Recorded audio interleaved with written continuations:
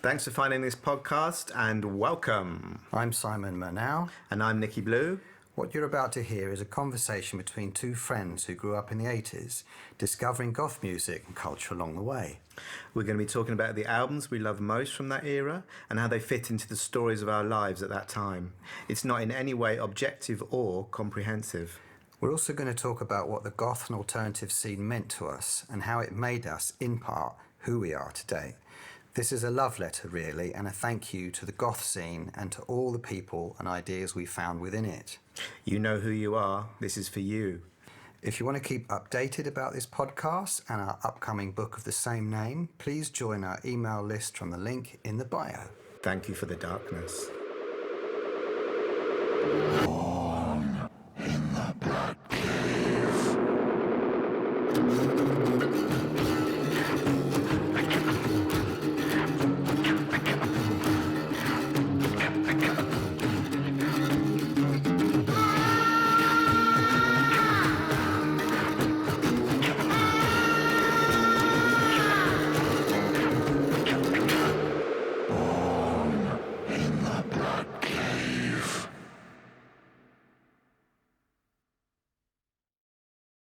Should we flip a coin? Or? Can I go first? Yeah, you can go first. Okay, we're back. So this is quite a sad year for you then, isn't it? 1990 on. Sad year? What are you talking Look, about? I'm looking at your notes. Are Look you? at your notes. Well, let me... I mean, look, what are you leading with? Well, let me, you know... Well, no, it was a segue. Oh, was it a segue? What was it? like, It's a sad year. But I mean, like, for me, it might have been quite positive. all right, okay. You know. You hated their guts by summer of '91, did you? Oh, I see what you mean. I see where you're going. Yeah, Follow the Sea split out the band I was in. So it was the final disillusionment. We couldn't carry on any longer. And our last gig was at the Richmond pub in Brighton. Right. That April. And now dearly departed Mr. Simon Manning returned to Hastings to form another band, a new band called Children on Stun, because he was a die-hard goth and felt that we'd been drifting away from the goth, strict goth scene which we had. Through the late 80s. And anyway, the Children on Stun, they went on to do really well on the underground goth scene in UK and Europe. They even featured on the second Backcave compilation. And Simon, I was very, very close to Simon, and I was devastated when he died of a heart attack at the age of 45. But I'm sure he'd be very proud of us doing this podcast, because one of his complaints to me was always that I'd lost my goth roots, and my reply was, no, I just carried on living. And I moved on, and he didn't accept that as an answer. No, bless him. And so he would be very proud of me to do this, and so I'd like to dedicate this session to him. So this was 1991. Was a very sort of emotional and spiritual turning point for me. I'd become very burnt out by the London music scene, and particularly the party scene. I'd been indulging in for quite a few years. It was very hedonistic. I'd been sleeping around a lot, taking lots of drugs, and all of that had made me very, very unhappy. The pursuit of happiness, and all I'd found was emptiness, really. And it left me feeling quite depressed, if I'm honest. Especially after the band split up, and I had absolutely no direction, and was left unemployed in the North London suburb of Muswell Hill. It was around about this time, I think I took you around to Sri Mataji, she was called, a meditation teacher. She came to Muswell Hill and gave a free... Do have a vague memory of that. Yes. Because I'd started reading about meditation this year, and I'm particularly interested in Buddhism, but all kinds of meditation. And this Sri Mataji was an Indian teacher. She came and gave a free meditation session, so I remember dragging you along, which was interesting. But I had a quite profound experience, out-of-body experience. I went to stay with a friend called Friday, who had started a degree course and moved to the outskirts of London and a place called Richmond, Richmond University. And this was my first visit to Richmond, and I think I arrived there late in the evening, around 10 o'clock, and Friday was living in a halls of residence. So I remember walking along the main road and coming to the halls of residence, but it was dark, so I didn't really see much of it. It was a big block of It's about 200 rooms. I think, I got a cab direct to the place, and after a cup of tea, I think I'd been up late the night before, went to sleep. So early the next morning, I found myself in a sort of semi-conscious state, slowly gathering awareness, being slightly conscious of light shining through the curtains of the room. But the next thing I knew, I was looking down on my body asleep. Oh. Floating at the top of the room. I could see Friday was in another bed and I was on the other side of the room, and looking down at myself, and sort of this dialogue was running through my head. It was like, am I still asleep? I must be, but I don't feel asleep. Quite the opposite. I felt completely lucid and fully awake as I sort of hung there suspended in midair, and in fact, my senses had never felt brighter. They were more alert than usual. I could sense myself as having a body, but it was more like an experience of pure awareness. And the next thing I realised, I was floating above the building, the halls of residence, looking down upon the road that I'd arrived at the night before. And as I looked around the university campus, I could see Richmond River to my right, I could see some of the other student buildings, the road I'd come down, and some shops behind me. It kind of dawned on me that I could prove, this is how lucid I was, far from being freaked out by the experience, it dawned on me that I could actually prove the existence of the soul at that moment. Right. Because I'd never been to this place before. Okay? Yeah. All I'd seen was, it was dark the night before, the main road in, and the building. Now I was privy to the whole rest of what was there. The rest of the campus grounds, the river, along by the lake, they had all these seating, and there was some woods behind, and there's some shops, and I was taking it all in, and I thought to myself quite lucidly, like, if when I get back into my body, it is the way I'd seen it, there can be no other explanation other than the fact that I've left my body, which in itself proves the existence of the soul. And with that, I thought to myself, why stop here? And I found myself flying through deserts, over mountains, over oceans, and flying around the world. But there came a point where I started to feel anxious, like, am I going to be able to get back to my body? Yeah. And with that, I felt a pulling, and I was pulled back to my body, and woke up. And I remember jumping up, running down the stairs, looking around the university, and it was exactly as I'd seen it. And then trying to explain my experience to my friend.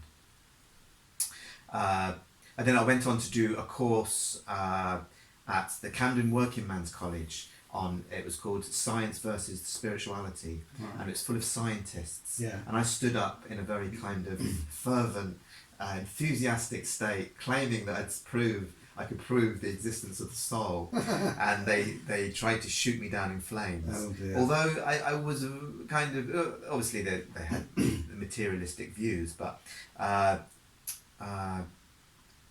all they could tell me was that it was some kind of delusion. They couldn't really prove or disprove what what I was saying. Yeah.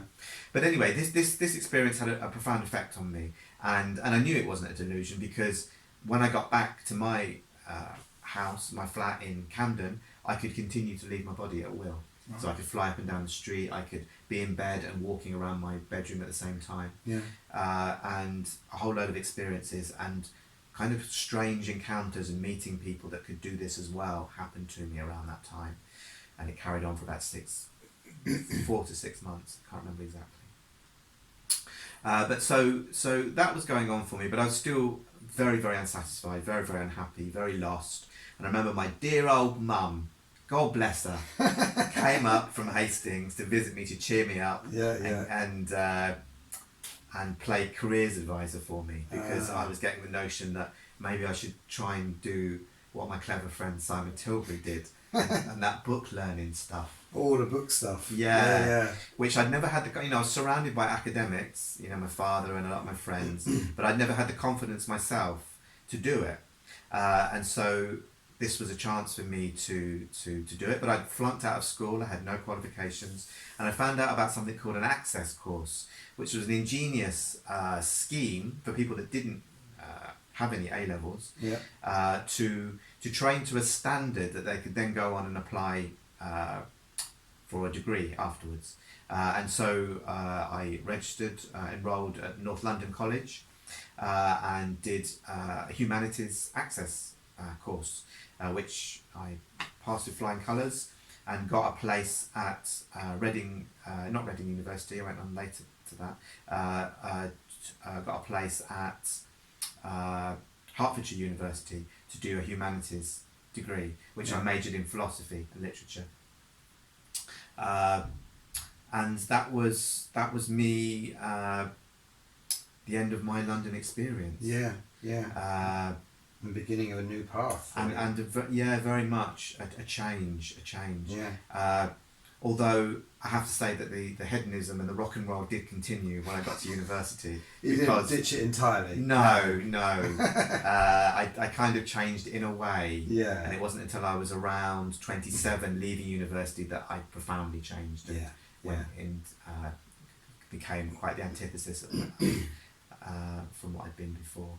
So it was a more gentle turning of the wheel rather than a veering to the left. I kind of stormed out of London saying the band is split up. I ended my relationship at the time, and I gave away my stereo.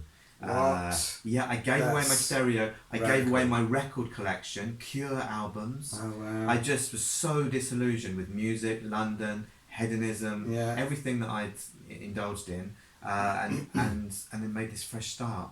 And then, but when I was back at university, my feet under the table, I started another punk pop band. And indulged in the more pleasurable recreations. the recreations that were available at university, which was lots of drunk people Be rude not to, in a field. It would have been rude not to, and it was rude to as well. So that's my story. Oh, great, yes. I mean, and that's we're in a penultimate week, so we're talking a bit more about what happened next week and our last week. But it's interesting. That's almost sort of bookending your experience of growing up and finding music and finding the music scene and trying to sort of make it as a band, and then having this not entirely veering off, but quite a sort of radical change in choice to do something different. Yeah, very much so. Very much. Interesting. Yeah. Cough button.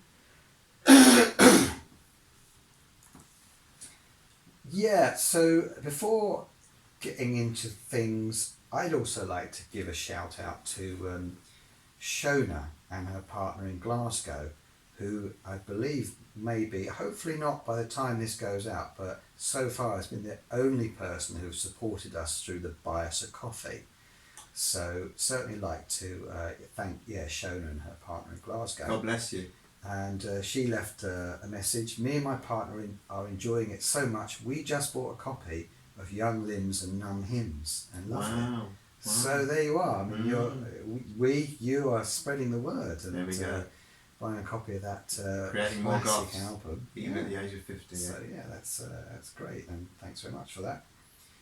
So my story, so talking about last year in last episode, I was talking about the year I spent back in my hometown of Hastings.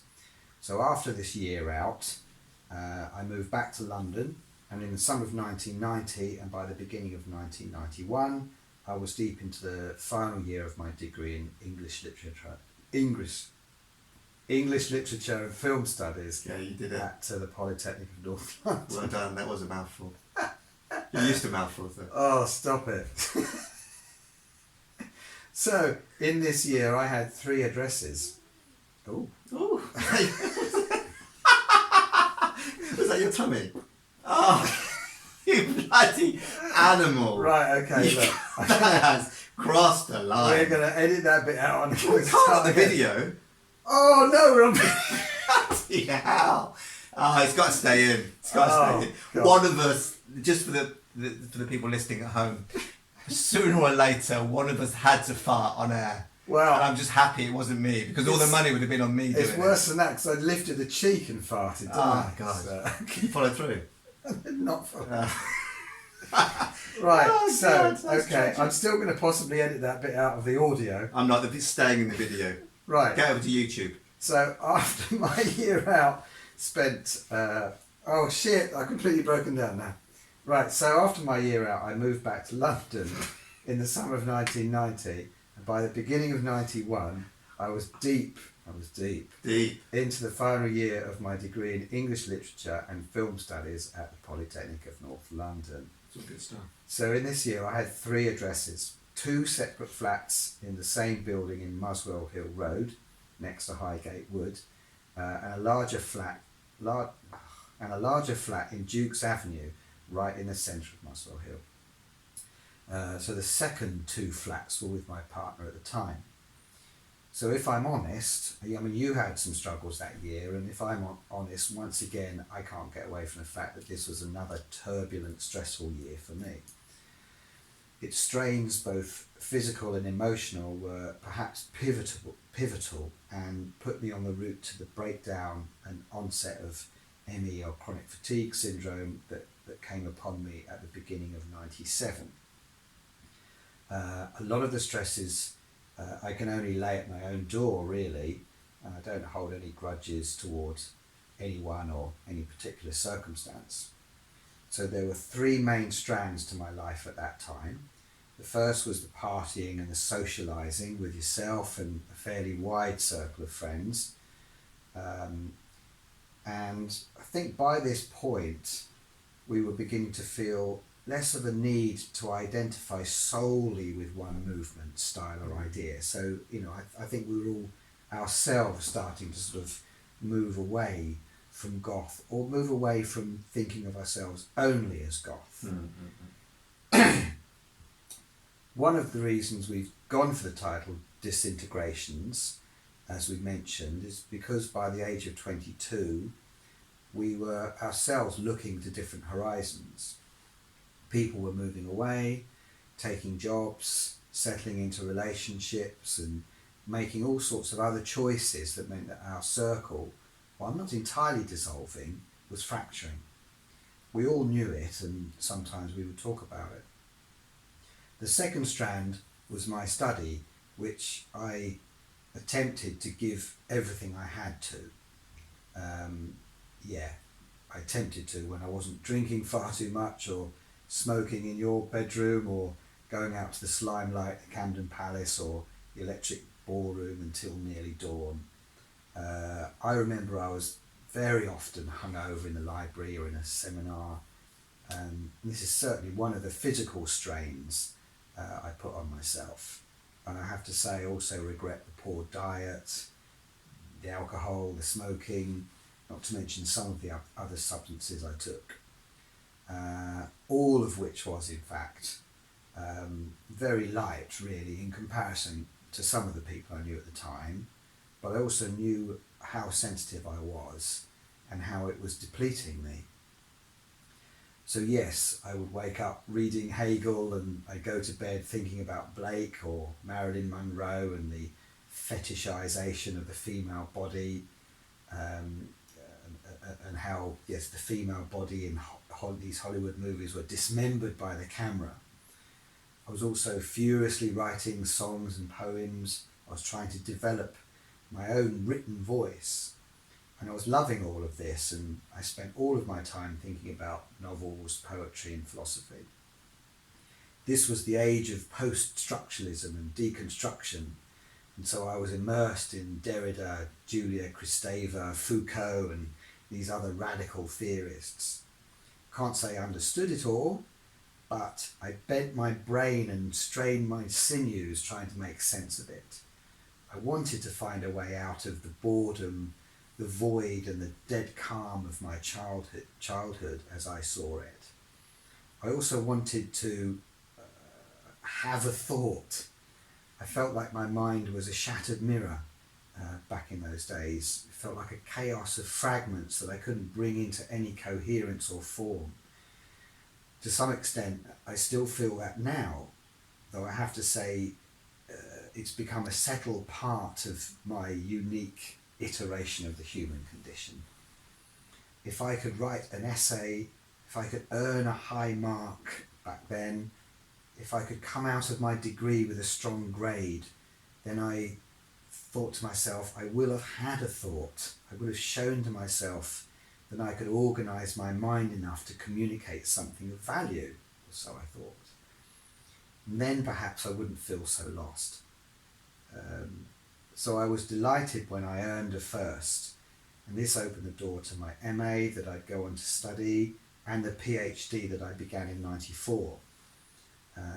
And I was forced to suspend that PhD in '97 for a long time, and then I picked it up again in around 2010, and I'm happy to say I finally finished it in 2018. So it was a long road, a long period out, a long period of illness and gradual recovery to reach that point. Okay, I'll do another one then. I'm scrolling through the notes.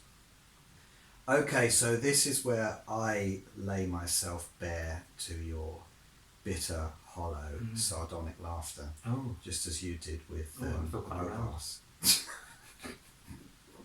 There's something quite erotic about Oh God! Sorry, Well, I'm not. You gonna, won't. I'm not going to be inappropriate. Carry on. You'll lose all your excitement when I mention Ultravox. Oh God, that's how to lose an erection. Right. Okay. So was that one of the early singles? yeah.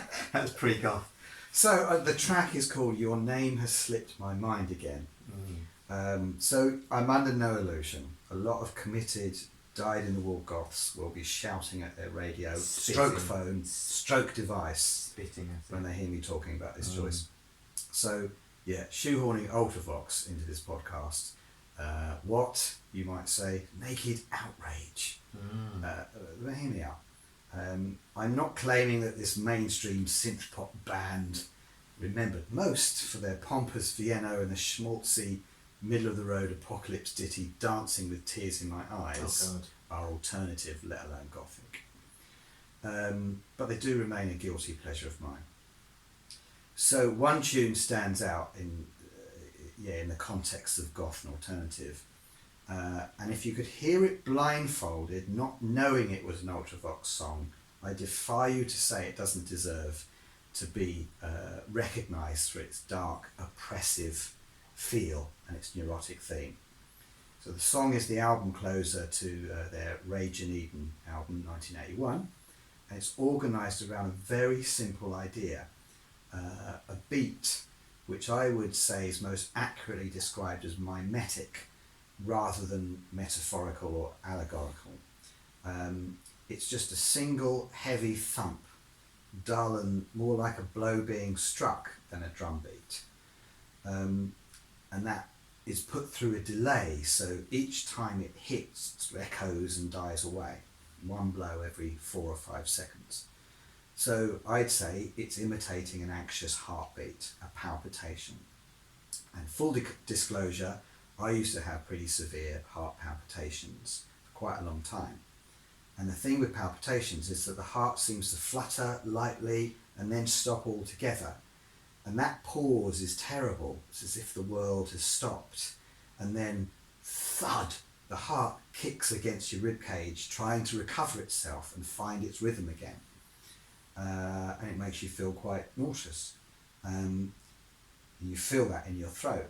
And so the thud of this solitary repeating beat in the song evokes such an experience, I would say. And one of the lines actually goes, "This heartbeat pounds with vicious fright." So there you are. So the entirety of the song is this beat, a minimal treated piano, and the voice, which sort of sings languidly about losing touch with the world and forgetting and falling into a dissociated trance. And this trance is both distressed and it's secure. So there are lines like, "I clench my fist but feel no sensation. I'm growing warm and feeling dull." And I think these show that the singer is in an obvious state of depression. And I would put money on saying that the lyricist, probably Midgur, has experienced depression at some stage. I mean, it stands alone in their entire catalogue, really, as being so stark. It's so uncompromising and so simple, and it doesn't redeem to some sort of major moment or even have a middle eight that kind of lifts things. It's so oppressive that I would say it qualifies as the neurotic goth, to use that phrase that I was talking about a few weeks ago. It's very appropriate to talk about Gothic as the neurotic Gothic. So that is Ultravox. Your name has slipped my mind again. I present it to you. Well, I'll accept that. I haven't heard the track, Okay. so I can't really. I should have listened to it. All I will say about that is that we know the current drummer of Ultravox is from Hastings. Do we? Russell Field. Remember Russell Field? No. He's a friend of Martin's. Martin Gavin. Oh, right, yes. And Martin. yeah, he plays with Midgeo now, or did for many years. Yeah. Anyway, that's just a little aside. There You we can have go. that. That's free. That. Okay. Right. So I'm on to my last track now. Yeah. And this was a fantastic band. Again, we're back to London. London. They formed in 1984. Well, actually formed in Trowbridge in Wiltshire, and then moved to London. London-based band. Signed to Beggars Banquet in good company. Yeah, yeah. And they were described when I researched them as proto-goth. Proto. Do you know what that means? Well, proto means sort of before goth. So it was 1984. So it wasn't. Well, before no, goth. no, it's not really. So I don't know what they were going on about, but yeah, maybe I don't know. I thought maybe that they thought because they were a bit more commercial, the Bolshoi. They were definitely a sort of alternative band, but they were definitely going for that commercial sound. And they had some great songs. Happy Boy was one, and the one that I'd like to talk about is Away, which is a fantastic song. It's it was one of these tunes that kind of probably stayed. It wasn't off my turntable for very long, nearly all through the 80s. Really powerful, very tuneful, and very melodic, really well written. Yeah. Just a real, again, a fantastic dance floor song. Can you say what it's about? I mean, do you remember what the actual lyric was about? Yeah. No. Right, fair enough. Yeah, yeah. Shouldn't really ask. You've killed the I should have asked you like before. We Yeah, started you shouldn't recording ask me and on then- air. That No. you just killed it. It's not a prepared question, is it? You're like Boris Johnson. You'll only answer the questions that you've been prepared to answer, agreed Exactly. beforehand. Well, it's about going away somewhere. Right. So like they're from Trowbridge and they probably went to holiday in London. Away. Away. Right. So And I'm presuming that's what the song was about. So lyrically, it's probably not the most in-depth yeah. sort of Well, substance. maybe it's adapted from one of their like early school essays. What I did on the weekend. Yeah, exactly. I went away. There you go. Yeah. You got yourself a lyric, but it's a great song. C minus. And, It's a C minus as an essay. Well, you hear the song, it might creep up to a C. Right. Okay. Yeah. Yeah.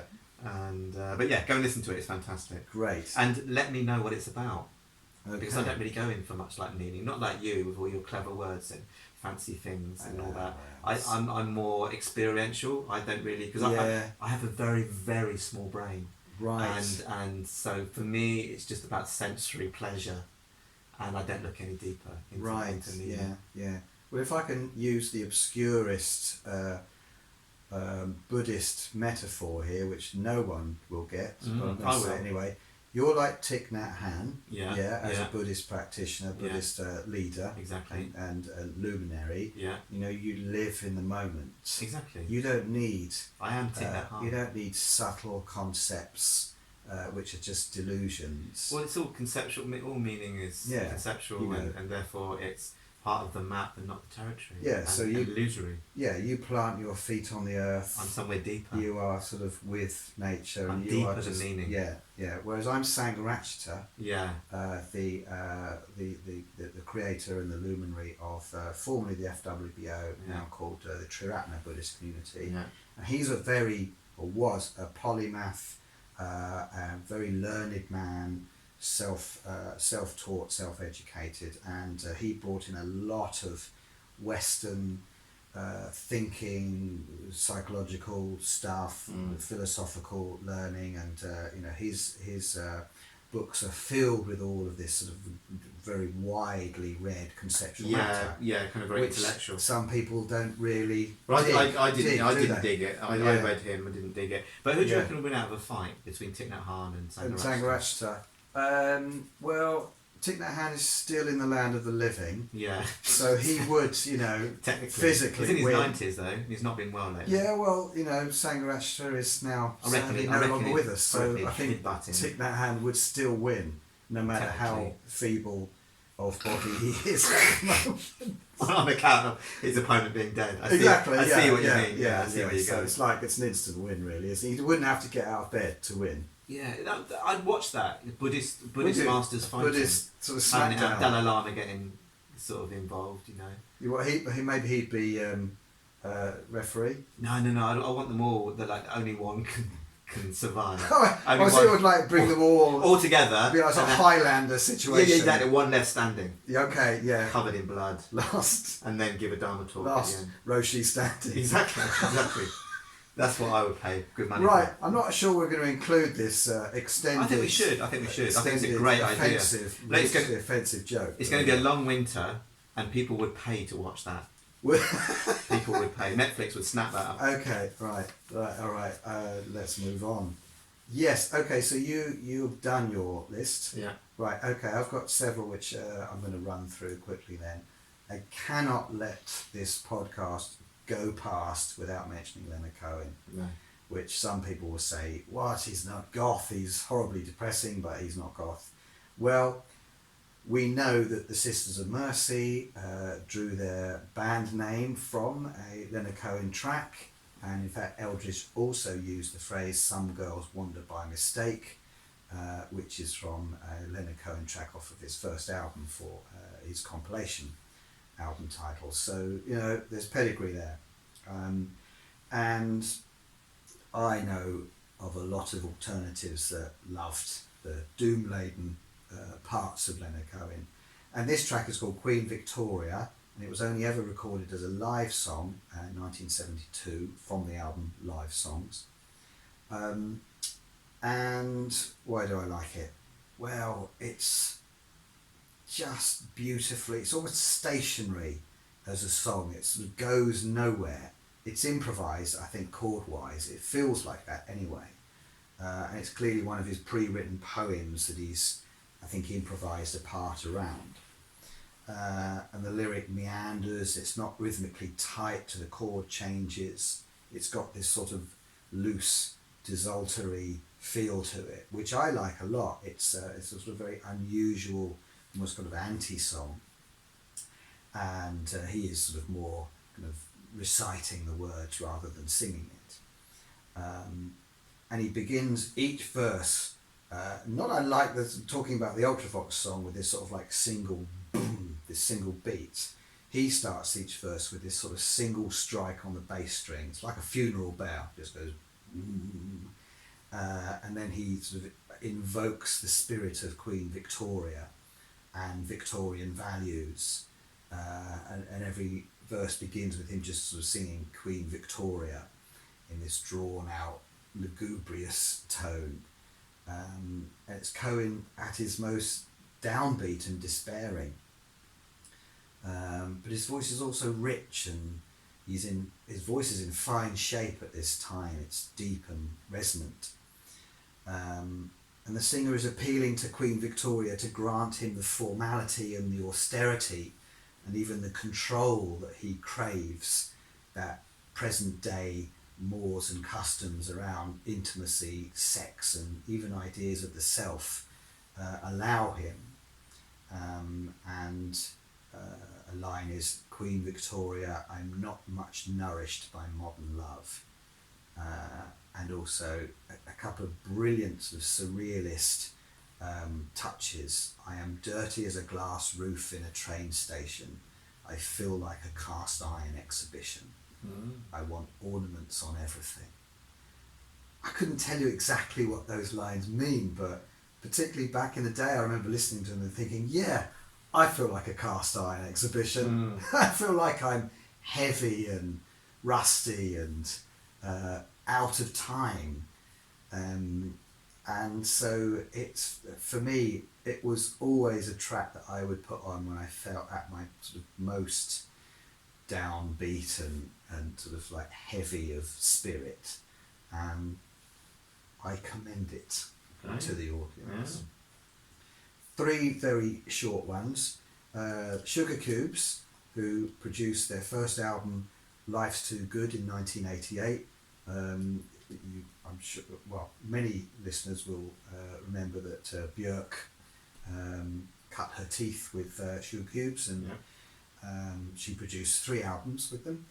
And whilst a lot of that album, Life's Too Good, is very sort of cheery, almost sort of infantile, post-punky excitement, froth really.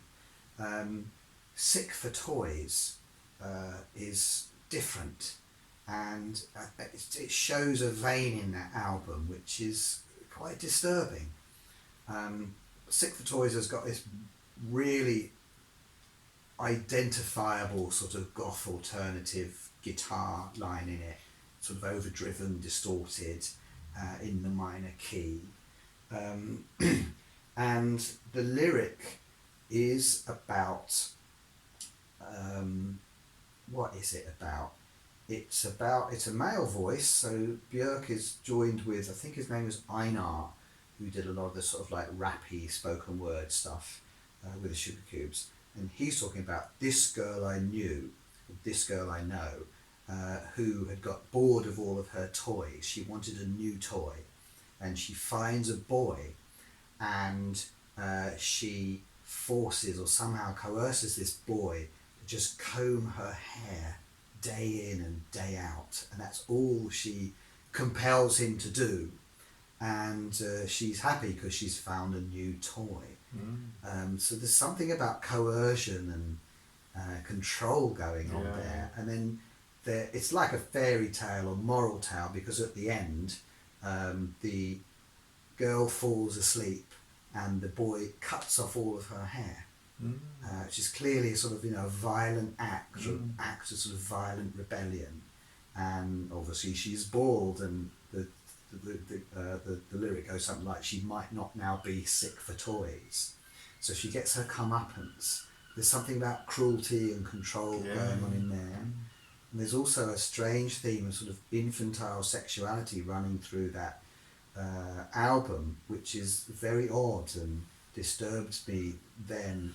And if you listen to it now, you can pick up on it quite clearly. It's very strange. Freudian type thing. Yeah, sort of Freudian, about sort of polymorphous sexuality that Freud talked about, the infant body, the infant sensations being sort of perverse and sexual in a pre-genital, what you call sort of sexual activity, but like being stimulated by sexual sensations, in this sort of very early, disorganised way.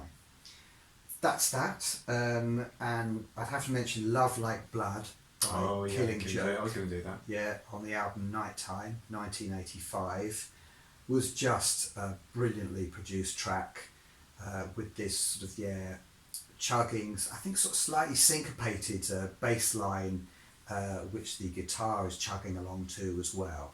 And brilliant electric guitar sound, which I think was never bettered on a lot of other tracks.